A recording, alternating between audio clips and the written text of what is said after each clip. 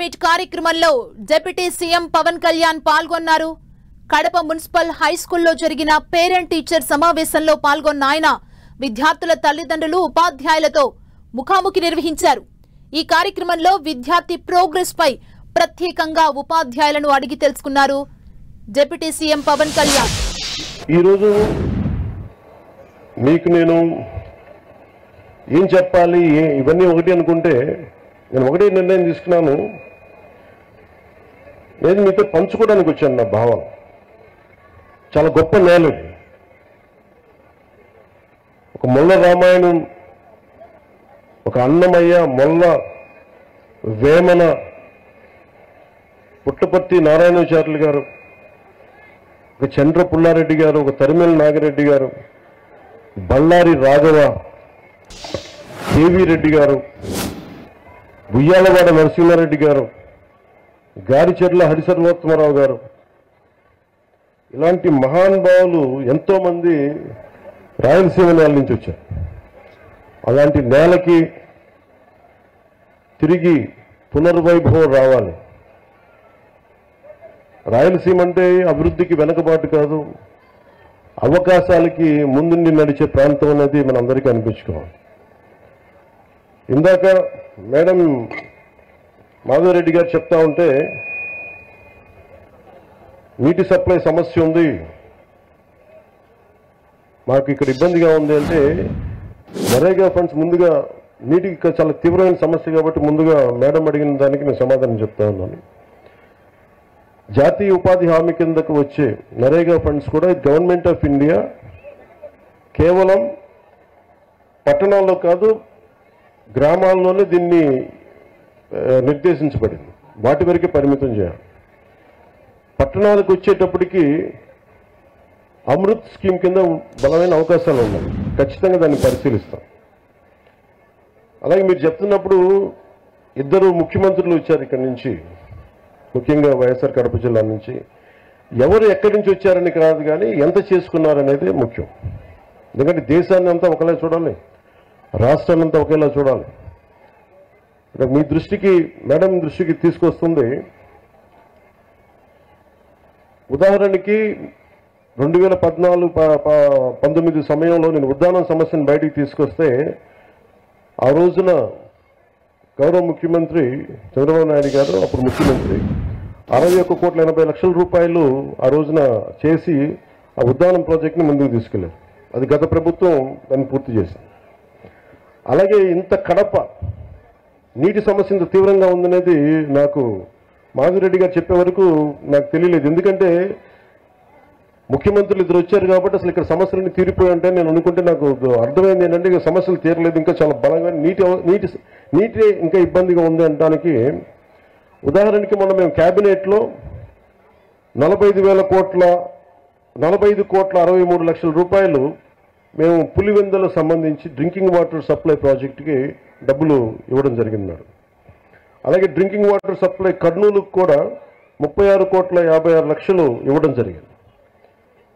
అంటే ఎక్కడా కూడా ఈ ప్రభుత్వం, గత ప్రభుత్వం చేసింది మనం చేయకూడదని అనుకోవట్లా. ఎందుకంటే గవర్నెన్స్ ఈజ్ కంటిన్యూటీ. పార్టీలు మారచ్చు, వ్యక్తులు మారచ్చు, కానీ పథకాలు నిరంతరం సాగాలనే ఉద్దేశంతో దాన్ని ముందుకు తీసుకెళ్తాం. దురదృష్టవశాత్తు మన కడపకి చేసుకోలేకపోయారు. కానీ మాధవ్ గారి ఆధ్వర్యంలో ఇది ఖచ్చితంగా నీటి సమస్యను తీర్చి మీకు ఏమైతే ఈ మౌలిక సమస్యలు ఉన్నాయో వాటన్నిటి మీద దృష్టి పెట్టేలాగా నేను చర్యలు తీసుకుంటానని మీకు మాట ఇస్తున్నాను. Will handle that part. అలాగే మన వైఎస్ఆర్ కడప జిల్లాలో 36 మండలాల్లో ఉన్న 2,043 స్కూల్స్, 64,971 మంది విద్యార్థులు, 74,698 మంది విద్యార్థులను, దాదాపు 1,40,000 మంది ఈ రోజున మన కాలేజీలో, మన స్కూల్స్లో చదువుతూ ఉన్నారు. దీనికి సంబంధించి ఈ ప్రభుత్వం చాలా బలంగా మేము మీకోసం పనిచేయడానికి ఉన్నాం.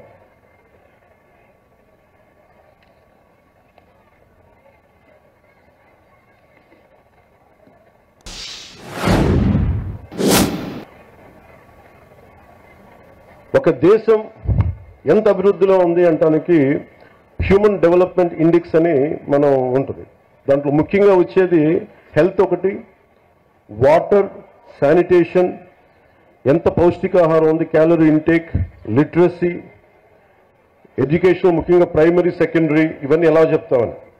నిజంగా మనం సరైన సమాజాన్ని సరైన చదువు ఇవ్వలేకపోతే ఏం జరుగుద్దంటే అది ఎప్పుడు అభివృద్ధి దిశగా వెళ్ళదు.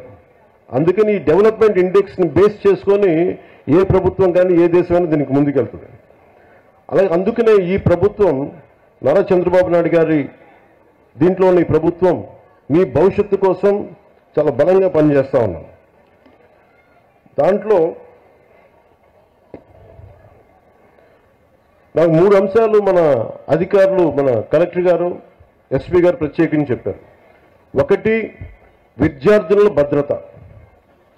2, వాళ్ళకి సంబంధించిన ఈ మనకి విద్యార్థుల భద్రత. 2, మాదక ద్రవ్యాలు ఎక్కువైపోయినాయి. 3వది సోషల్ మీడియాలో, అలాగే సోషల్ మీడియా ఎలా ఉందని. ఏదైనా సరే మనం ఎలా వాడుకునే దాన్ని బట్టే ఉంటుంది.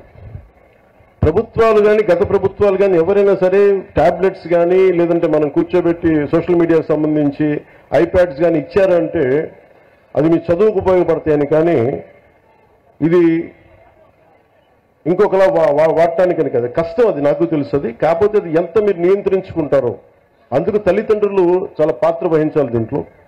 మీ బాధ్యత చాలా ఉంటుంది దీంట్లో. అందుకని ఒకేసారి ఇండివిజువల్ టీచర్స్ కంటే కూడా ఇక్కడున్న విద్యార్థుల తల్లిదండ్రులకు కూడా నేను చెప్పేది ఏంటంటే, మీరు ఇక్కడున్న సమస్యలని మీరు కలెక్టివ్గా వచ్చే బలం వేరు. ఒకసారి తల్లిదండ్రులు మీకున్న ఇబ్బందులు కానీ, ఇందాక నేను ఒక 3 తరగతుల విద్యార్థులతో మాట్లాడుతుంటే చాలా సమస్యలు నా దృష్టికి తీసుకొచ్చారు. ముఖ్యంగా ఆడపిల్లలు, మేము క్రికెట్ టీమ్ ఉన్నాం, మేము 12 మంది, మాకు టైం ఇవ్వట్లేదు, మాకు ఆడుకోవడానికి సరిపోవట్లేదు, మాకు కెరీర్గా మేము స్పోర్ట్స్గా మేము అభివృద్ధి చెందాలి క్రికెట్లో అంటే నెట్స్ బాయ్స్కి ఇస్తారు కానీ మాకు అమ్మాయిలకి ఇవ్వట్లేదు అనే దృష్టి ఉంది. ఆ దృష్టికి తీసుకొచ్చారు. అలాగే ఇవన్నీ కూడా మీరు కూర్చొని మాట్లాడితేనే తెలుస్తాయి. ఒక్కోసారి కొంతమంది విద్యార్థులు, కొంతమంది అధ్యాపకులు మమ్మల్ని కొన్ని సందర్భాల్లో మా పాఠాలు సరిగ్గా చెప్పట్లేదు, కొన్నిసార్లు చేయి చేసుకున్నారు, చేతుల్లో ఏదుంటే దాంతో కొడుతున్నారు. నేను వాళ్ళకి ఏం చెప్పానంటే, మొన్న ఈ మధ్యన రాయచోట్లో కూడా ఒక ఇన్సిడెంట్ జరిగింది. ఆ క్లాస్ టీచర్ ఇజాజ్ అహ్మద్ గారు అనుకుంటా, ఆయన ఏదో విద్యార్థులు గొడవ చేస్తుంటే ఆయన ఒక దెబ్బ వేస్తే ఆ విద్యార్థులను తిరగబడి ఆయన గుండెల మీద కొడితే ఆయన చనిపోయారు. సో అధ్యాపకులకు ఎంత బాధ్యత ఉందో విద్యార్థులకు కూడా అంతే బాధ్యత ఉంది. మీరు డిసిప్లిన్డ్గా ఉంటే మీకు బలం ఎక్కువ ఉంటుంది. మీ తల్లిదండ్రులు మీరు చెప్పండి.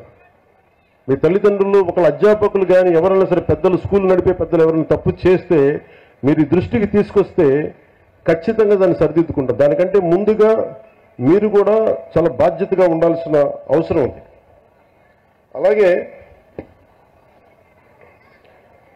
మనం చదువు అనేది ఆబ్జెక్టివ్ ఆఫ్ ఎనీ ఎడ్యుకేషన్. ఉద్యోగాలు సంపాదించడానికి, ఆర్థిక స్తోమత పెంచుకోవడానికే కాదు, జ్ఞానం పెంపొందించుకోవడానికి కూడా. ఇది నాకు ఇష్టమైన నాని పాల్కేవాళ్ళ గారు చెప్పింది. ఇండియాని తిరిగి రీడిఫైన్ చేయాలి 21st సెంచరీకి అని చెప్పి 1985లో ఆయన మాట్లాడింది. ఒక 7 అంశాల మీద మాట్లాడారు. 1 national identity, 2 law and order, 3 family, 4వది ఎడ్యుకేషన్, 5 కాన్స్టిట్యూషనల్ ఇంటిగ్రిటీ, 6వది సోషలిజం, 7వది socially responsible business. National identity అనే దానికి పదానికి ఏంటంటే, మనందరం ఏదో కులంలో పుట్టాలి, ఏదో ఒక ప్రాంతంలో పుట్టాలి, కానీ మనందరం భారతీయులం అని మర్చిపోకూడదు. మన నేషనల్ ఐడెంటిటీ చాలా చాలా కీలకం. అలాగే లా అండ్ ఆర్డర్కి మనం సహకరించాలి. ఇందాక ఎస్పీ గారు చెప్తా ఉంటే, మన కళ్ళ ముందు తప్పు జరుగుతున్నా, ఇప్పుడు గర్ల్ చైల్డ్ ప్రొటెక్షన్, ఆడబిడ్డ, నేను మీకు చాలాసార్లు విద్యార్థులు కూడా చెప్తా ఉంటాను. సుగాలి ప్రీతి అనే ఒక పాప, 14 ఏళ్ల బిడ్డ, స్కూల్కి వెళ్ళి, అమ్మ నేను స్కూల్కి వెళ్తున్నాను, తిరిగి వస్తానని చెప్పి వెళ్తే ఆ బిడ్డ ఇప్పుడు ఇంటికి రాలా, స్కూల్లో చనిపోయింది. ఫ్యాన్కి ఉరేసుకొని చనిపోయింది. దాని మీద ఈ రోజు వరకు యాక్షన్ తీసుకోవడానికి చేస్తామంటే ఇప్పుడు ఈ మధ్యన మన కొత్త ప్రభుత్వం వచ్చిన తర్వాత దాని మీద యాక్షన్ ఇనిషియేట్ చేస్తాను. అంటే మీకు ఆడబిడ్డల భద్రత అంత కీలకం. అందుకని మాధవిరెడ్డి గారు చెప్పినట్టుగా ఇలాంటి సమస్యలు ఏదైనా ఉంటే ప్రతి స్కూల్లో కెమెరాస్ ఉండాలి. అలాంటి ప్రతిపాదన గౌరవ ముఖ్యమంత్రి గారు కూడా ఆలోచిస్తూ ఉన్నారు. అందుకని దాన్ని ఆడబిడ్డల భద్రత కోసమే కాకుండా ఎలాంటి సమస్యలు ఉన్నా కానీ ఉత్పన్నం కాకుండా ముందుగానే పట్టుకోవడానికి కెమెరాస్ ఉండాలి. సో దాన్ని కూడా మేము దృష్టిలో పెట్టుకుంటా ఉన్నాం. అలాగే ఫ్యామిలీకి సంబంధించిన దాకా మాట్లాడితే ఒకటి ఎంతమంది బిడ్డలు ఉన్నారని కాదు కానీ ఎంతమందిని మనం బాగా చూసుకుంటున్నామని.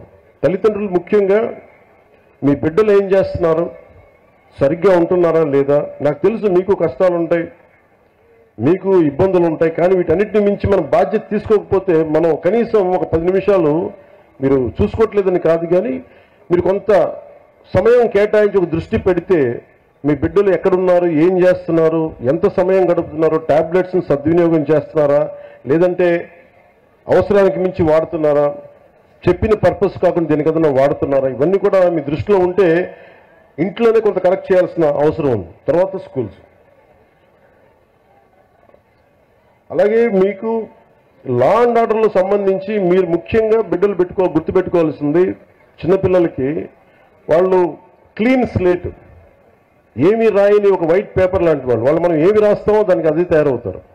సో ఇంట్లో పెద్దలు కూడా మీరు అనుక్షణం చూస్తూ ఉండాలి.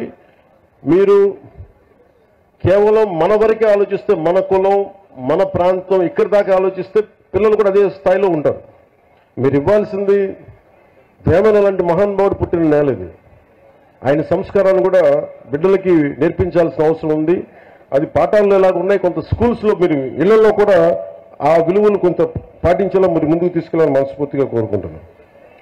అలాగే ఎడ్యుకేషన్కి సంబంధించి ఏమీ నేర్చుకోవడంతో పాటు చదువుతో పాటు ఇది భవిష్యత్తు మీ ఎడ్యుకేషన్కి మీ భవిష్యత్తుకి మీ ఉపాధికి ఉపయోగపడేదే కాకుండా స్కూల్ అనేది ఏంటంటే మనం నిరంతరం చదువుకోవడానికి ఎప్పటికీ నిరంతర విద్యార్థిలాగా ఉండాలంటే ఈ స్కూల్లో నేర్చుకునే ఈ పాఠాలే భవిష్యత్తులో మనకి ఇదవుతాయి. అందుకే మీరు దాన్ని కూడా దృష్టిలో పెట్టుకోవాలని కోరుకుంటా ఉన్నాను. అలాగే గవర్నమెంట్ స్కూల్స్ చాలా బలపడాలని కోరుకునేవాడిని నేను ప్రత్యేకించి. సోషలిస్ట్ తరిమెల నాగిరెడ్డి గారితో ఆయన పుస్తకాలు చదివి ప్రభావితమైన వ్యక్తిని. తాకట్లో భారతదేశం అని ఆయన రాసిన పుస్తకం ఎప్పుడు నా లైఫ్